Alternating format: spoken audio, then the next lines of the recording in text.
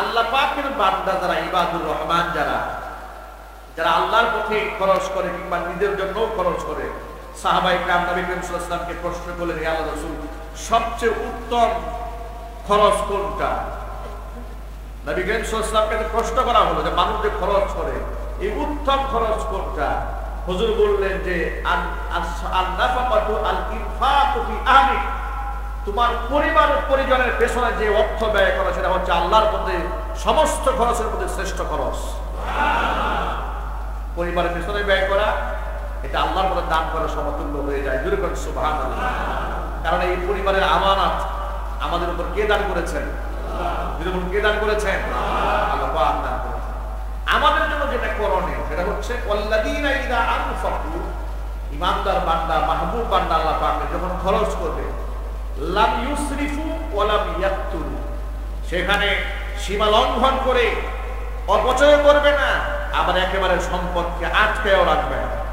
ওয়া কানা বাইনা যালিকা কাওয়ামা, সেই মধ্যম পন্থা অবলম্বন করবে। সুবহানাল্লাহ বলেন।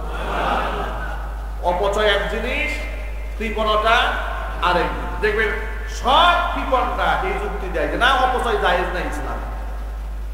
কি বলে? ইসলামে অপচয় জায়েজ নাই। ইসলামে অপচয় জায়েজ নাই। ইসলাম আপনাকে বলে নাই সম্পদ জমা করে আপনি, আর ওরা যাকাতও দেয় না, দানও করবে না। যদি একটা মাদ্রাসার এতিম ছেলেরা তার বাড়িতে যায় একটা চিঠি নিয়ে, যে যেহেতু রাষ্ট্র যাকাত গ্রহণ করছে না, এই যে এতিমখানা আছে, অসংখ্য দরিদ্র মানুষ লেখাপড়া করে, এখানে আপনার কাছে একটা চিঠি দেওয়া হলো। উনি চিঠি পড়ার পরে বলবেন ঠিক আছে আপনি আগামী শুক্রবার আমার সাথে দেখা করবেন। শুক্রবার গেছে, দারোয়ান বলে স্যার তো বাড়ি নেই। এই বলে শনিবার আসেন, শনিবারে গেছে, দারোয়ান বলে স্যার এখন ঘুমাচ্ছে, স্যারকে এখন ডাক দেওয়া যাবে না। বাস্তবতা আসতে না। এরপরে স্যারকে বহুত কষ্ট করে হুজুর পাইছে, স্যার এখন যাকাত দেবে। এবার স্যারের মুখোমুখি হয়েছে হুজুর, মুখোমুখি হওয়ার পর হুজুরকে বলতো, হুজুর এই যে মাদ্রাসাগুলো চালান এগুলো করে লাভ কোনো ফায়দা আছে? এগুলো এই সমস্ত আপনার রাস্তাঘাট আপনার ঢুকে করে বেড়ান ইত্যাদি করে হাজারো কথা শোনাই দিচ্ছে। শোনা দেওয়ার পরে 200 টাকা ধরাই দিচ্ছে, আচ্ছা ঠিক আছে নিয়ে। হুজুর চিন্তা করলো যে এর পিছনে আমার পরিশ্রম গেছে 1200 টাকা, এর 200 টাকা দান করেছে, আমাকে 6000 টাকা নসিহত শোনাইছে। এই বাস্তবতা সমাজে নাই। আল্লাহ আমাদের হেফাজত করুন। আমিন। এই ভদ্রলোক মসজিদের দান বাক্স সামনে আসলে পকেটে টাকা খুঁজেই পায় না, আর পকেটে টাকা যখন খুঁজে বের করে তখন দেখে যে সবচেয়ে সেরা টাকা কোনটা, এটা আল্লাহর রাস্তায় দান করে। ঠিক না? এরপরে ভালো জিনিস দিতে বলা চায় না। বুটবাজার কেন্দ্রীয় যায় মসজিদে জুমার খুতবা দেওয়ার সময় আমাদের মোতাউল্লি সাহেব হাজী গিয়াসউদ্দিন সাহেব মারা গেছেন, আল্লাহ পাক তাকে জান্নাত দান করুন। অনেক দিন আমাকে বলেছে হুজুর মসজিদে একদিন সিধা টাকা দিলে কি হয় একটু ওয়াজ করে।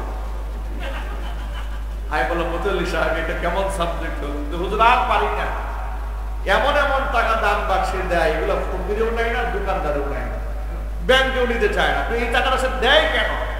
এটা এই ব্যাপারটা আপনি কি ইয়াদ করবেন যে কোরআন হাদিসে আছে কি আর লোকেরা করে কি। তখন আমি মানুষকে বোঝাবার জন্য বলেছি, দেখুন এই সমস্ত লোক যারা যারা সবচেয়ে নিকৃষ্ট টাকাটা দান করে, এদের মন মানসিকতা হচ্ছে এরকম ওই ব্যক্তির মতো। এক ব্যক্তি নাকি খুব কৃপণ, তো তার কাছ থেকে কেউ কিছু খেতে পারে না, একেবারে সে সবার কাছ থেকে খায়। দেখবেন বন্ধু মহলে কিছু লোক এমন থাকে, 10 জনে মিলে খাবার খেয়েছে, বিলটা যেন দিতে না হয় উনি সবার আগে বের হয়ে গেছে, আছে না? আবার বন্ধু মহলে এমন কিছু লোক থাকে নিজে বিলটা দেওয়ার জন্য অপেক্ষায় থাকে, এমন ভালো মানুষও আছে। এক কৃপণ মানুষ একেবারে হার কিপটা, কাউকে কিছু খাওয়াচ্ছে না। সকালবেলা শীতের সকালে রুটি নিয়ে দোকান থেকে 2টা রুটি নিয়ে বসে নাস্তা খেতে, শীতের সকাল কাক উড়ে এসে ছু মেরে রুটিটা হাত থেকে দিয়ে গেছে। এখন এই বেচারা মনে মনে চিন্তা করো, সাত সকালে কাকের এত বড় সাহস, আমার কাছ থেকে রুটি নিল, রুটি নেওয়ার কি লোক খুঁজে পায় নাই, কাককে আমার চিনল না, জানি কে। এরপরে সে কাকের পিছনে ছুটছে, কাকের কাছ থেকে রুটি উদ্ধার করেই চায়। এই বেচারা কাকের পিছনে ছুটছে, কাকের ভিড় মারতেছে। এখন কাকও চিন্তা ভাবনা করলো জীবনে কত মানুষের রুটি খেয়েছে, এমন যে কায়দা লোক তো দেখে দেখো এবার কাক ডাল ছেড়ে দিয়া উড়া শুরু করছে, এই বেচারা পিছনে পিছনে দৌড়াচ্ছে, কাকের কাছ থেকে রুটি নিয়েই ছাড়ে। কাল্পনিক গল্প শিক্ষণীয়। এরপরে সে পেছনে ছুটতে ছুটতে ছুটতে ছুটতে খাল পার চলে গেছে। খালের পরে কাক পিছনে তাকায় দেখে এই বেচারা এখনো দৌড়ে। কাক সিদ্ধান্ত নিলে এই পার আর থাকা যাবে না, একদম খাল পার হয়ে উপরে চলে গেছে। এবার বেচারা খালের পারে দাঁড়ায় বলে, এটা আমি আল্লাহ রাস্তায় সদকা দিয়ে দিই। দানের কোয়ালিটি দেখি, সদকা করেছে, সর্বশেষ চেষ্টা করে যখন ধরতে পারে নাই বলে এটা আমি আল্লাহ দান করে দিলাম। কিছু কিছু দানশীল অবস্থা এ হয়েছে যে এই টাকা তো রিক্সাওয়ালা নেয় না, এই টাকা ব্যাংকে নেয় না, এই টাকা খরচ করা যায় না, আল্লাহ রাস্তা দান করে আল্লাহ তুমি চালাই আসে না জুড়ে বলে। হাদিস শরীফ থেকে শোনাচ্ছি আপনাদেরকে, আল্লাহ রাব্বুল আলামিন বলছেন কোরআন মাজিদের মধ্যে, আল্লাহ বলেছেন লান তানালুল বিররা হাত্তা তুনফিকু মিম্মা তুহিব্বুন। তোমরা যা পছন্দ করো, নিজেদের জন্য যা ভালোবাসো, আমি আল্লাহর রাস্তায় সেটা যতক্ষণ পর্যন্ত খরচ না করবে ততক্ষণ পর্যন্ত তোমরা কল্যাণ হাসিল করতে পারবে না।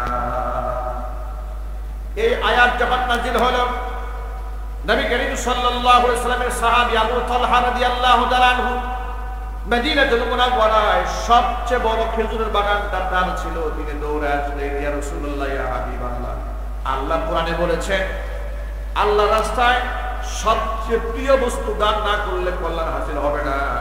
যেহেতু আমার মদিনাতুল মুনাওয়ারায় এমন খেজুর বাগান আছে, সারা বছর ফল আসে, আমি এই বাগানটারে বড় ভালোবাসি, আমার তো মনে হয় এই বাগান আল্লাহর রাস্তায় দান না করলে আমি কল্যাণ হাসিল করতে পারবো না।